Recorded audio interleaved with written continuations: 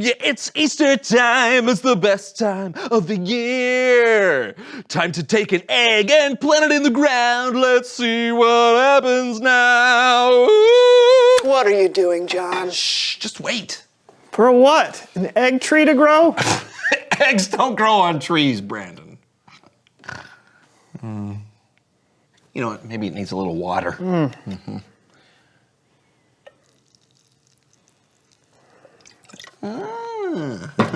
There we go.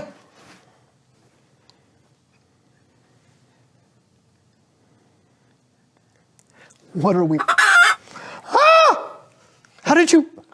How did that? Happy Easter. You just water it.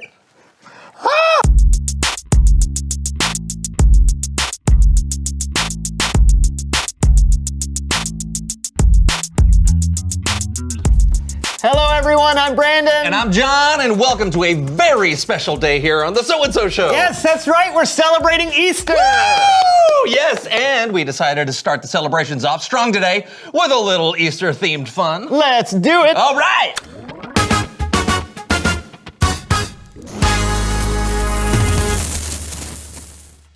Our first game shall be the traditional, iconic Easter egg hunt. Yeah, but this is no ordinary egg hunt. Inside each egg are instructions that we must follow before being allowed to move on to search for more eggs. Yes. The person to collect the most eggs before the music ends wins. So it's not traditional. Not so much. Okay. All right, let's go. Woo! I found one. Oh, you did? Already? Here we go. Here you. Ooh. Quack like a duck. Quack, quack, quack. Okay, Quack. do 5 jumping jacks while Quack. saying things that go along with Easter. Okay, bunnies, candy, Jesus, springtime, ham! Let's see, oh, I found one right here. Okay, 1, 2, 3, whoa. Okay, that works.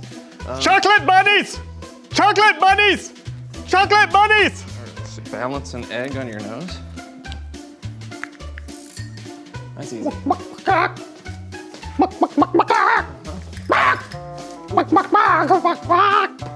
that. Oh, okay. Hooray! Oh!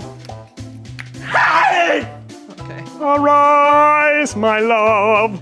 Arise, my love. All right, here we go. A tie! Well, that won't last long. Next game! You want to go first? You or go want first. Me go first? Okay, stay still. Oh, way off. Yeah, here we go. Got it. You hit the ear though. Hit the ear. All right.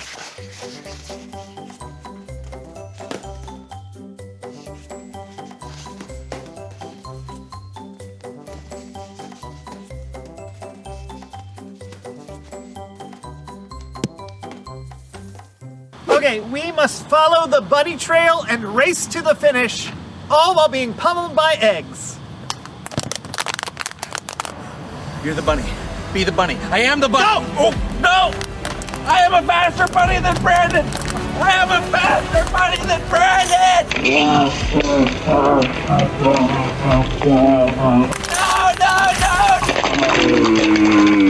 No! Oh! Hey, you ready, Brandon? Oh, I was born ready. Really? That seems a bit strange. No, it's just a saying. Yes, I'm ready. Oh, good! Cause it's war, baby! Peep war! All right. Play! Oh.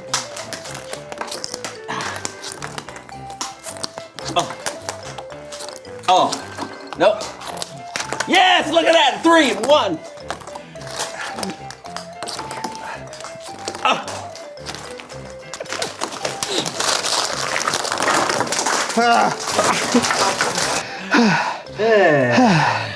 Who won? I don't know. Well, how do we decide? I don't know. You want to have a rematch? No, I'm good. Yeah, me too. It's Bible story time with Kellen!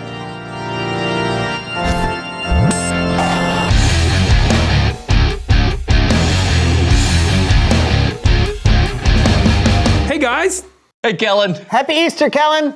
Happy Easter, everyone. Are you guys ready to hear the most epic Bible story ever? Absolutely. Yeah, sounds amazing. Take it away. Well, like I've talked about before, Jesus is God's son who came to earth over 2,000 years ago. He traveled all over Israel with his followers, teaching people about God's kingdom and healing people of diseases. He taught people how to be generous, he taught them how to pray, and he taught the most important commandment, which is to love God and to love one another. But he wasn't just sent to earth to do those things. He had a very special mission to save the world and to make it possible for people to have a relationship with God. A revelation that would last forever. Hi. Hi yourself. I was just about to tell everyone the epic story of Jesus' ultimate mission on earth. And I was just about to go behind the Bible.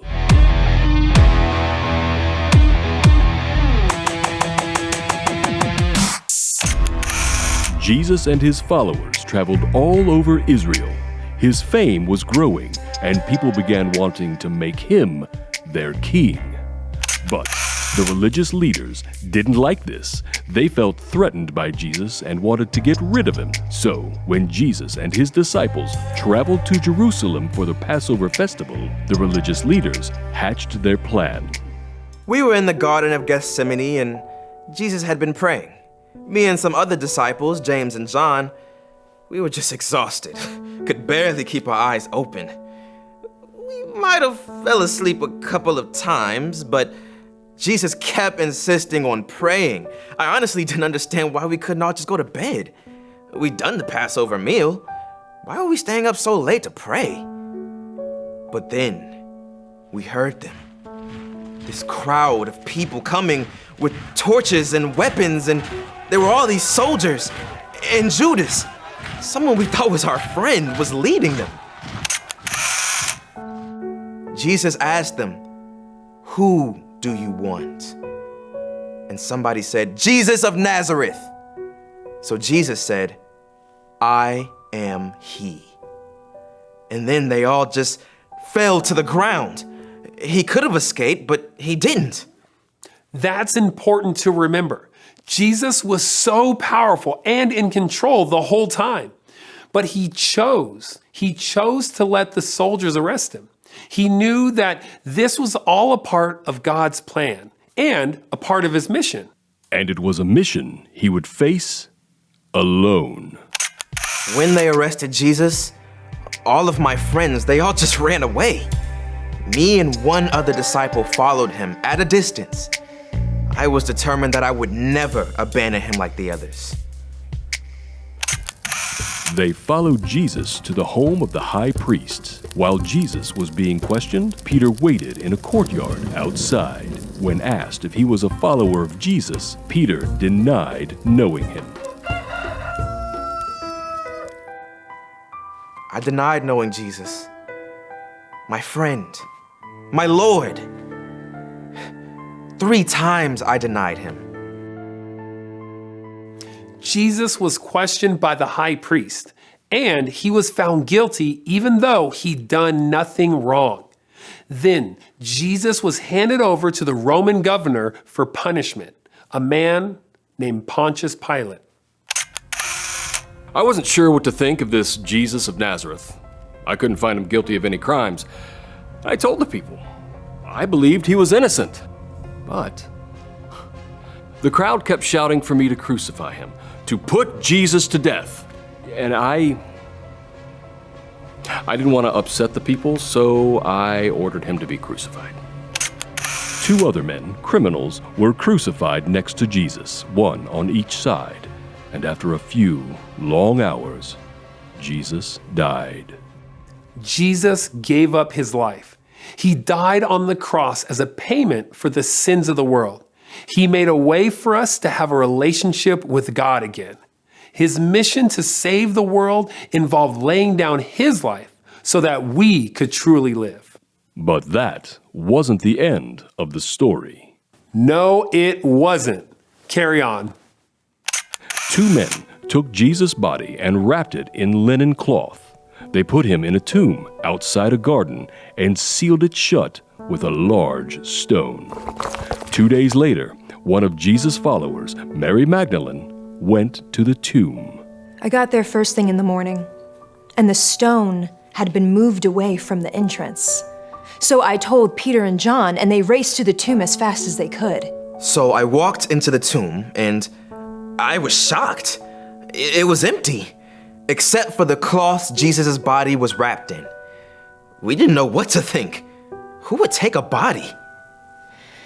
Peter and John went back to where they were staying, and I went to the tomb. When I went inside, I saw 2 angels dressed in white sitting where Jesus' body had been. They spoke to me. They asked me, "Why are you crying?" And then I turned around and I saw who I thought was the gardener. He asked me who I was looking for, and I said, "Sir, did you carry him away? Where did you put him?"